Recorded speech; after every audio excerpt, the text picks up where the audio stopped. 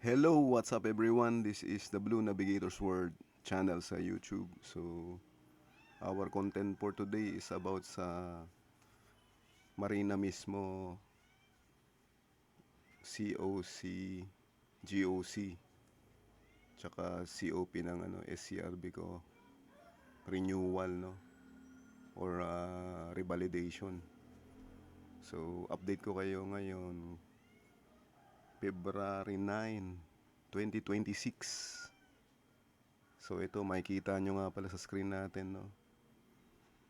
Transaction date nito, yung ginawa ko, nung nagpa-renew is January 10. So, nakakuha ako ng slot March. March pa yun no? Yung releasing niya. Pero,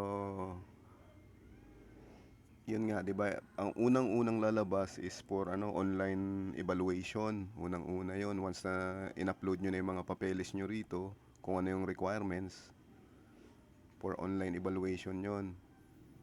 Then, yun, magkakaroon ng doon, di ba? Yung pumili kayo ng schedule. So, yun na nga, March yung napili ko kasi gawa ng punuan din halos ang slot. Kaya, yun nga, kabaro, no, yung gagawin nyo once na tawag ito, magre-renew kayo o magpa-process kayo rito sa marina mismo, agahan nyo po kasi ngayon punuan na halos, mantakin nyo January to, January 10 ko to appointment, I mean transaction.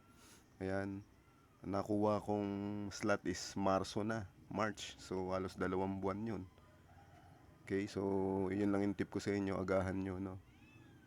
Then ganito, na-upload ko na, na nga ako ng schedule, naka-select ako ng available na schedule niya o slot.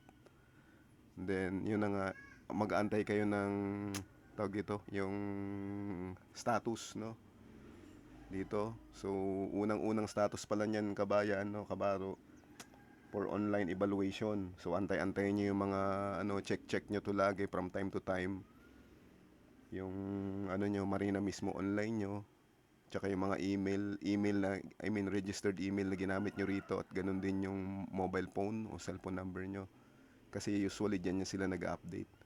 So yun, kung wala namang problema sa papers o sa mga requirements na kinailangan nila rito, yung ina-upload nyo, no? So about nung sa pag-upload, meron din tayong content niyan, tingnan nyo na lang sa previous na mga content ko, yung at least hindi tataas sa 2 MB, no. So tsaka kung anong tawag ito, file.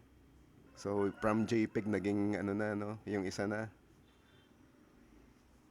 Kasi pag malaki masyado, hindi niya tatanggapin, no.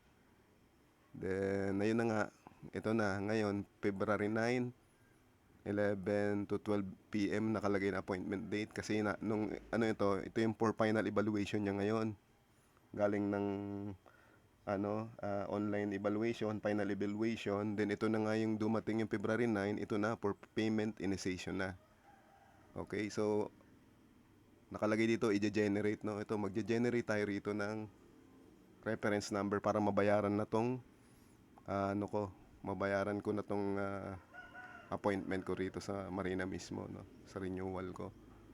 So ganun lang guys, abang-abangan nyo lagi at check nyo, no. Then agahan nyo hanggat maaari para hindi kayo maubusan ng slot, no. So i-update ko na lang kayo uli once na ko na to, nakapag generate at makapagbayad na rin ako online. So yun lang muna ngayon. Hindi ko na muna patatagalan. Okay, see you on our next video. Once again, this is the Blue Navigator's World channel. Stay safe, God bless, bye bye.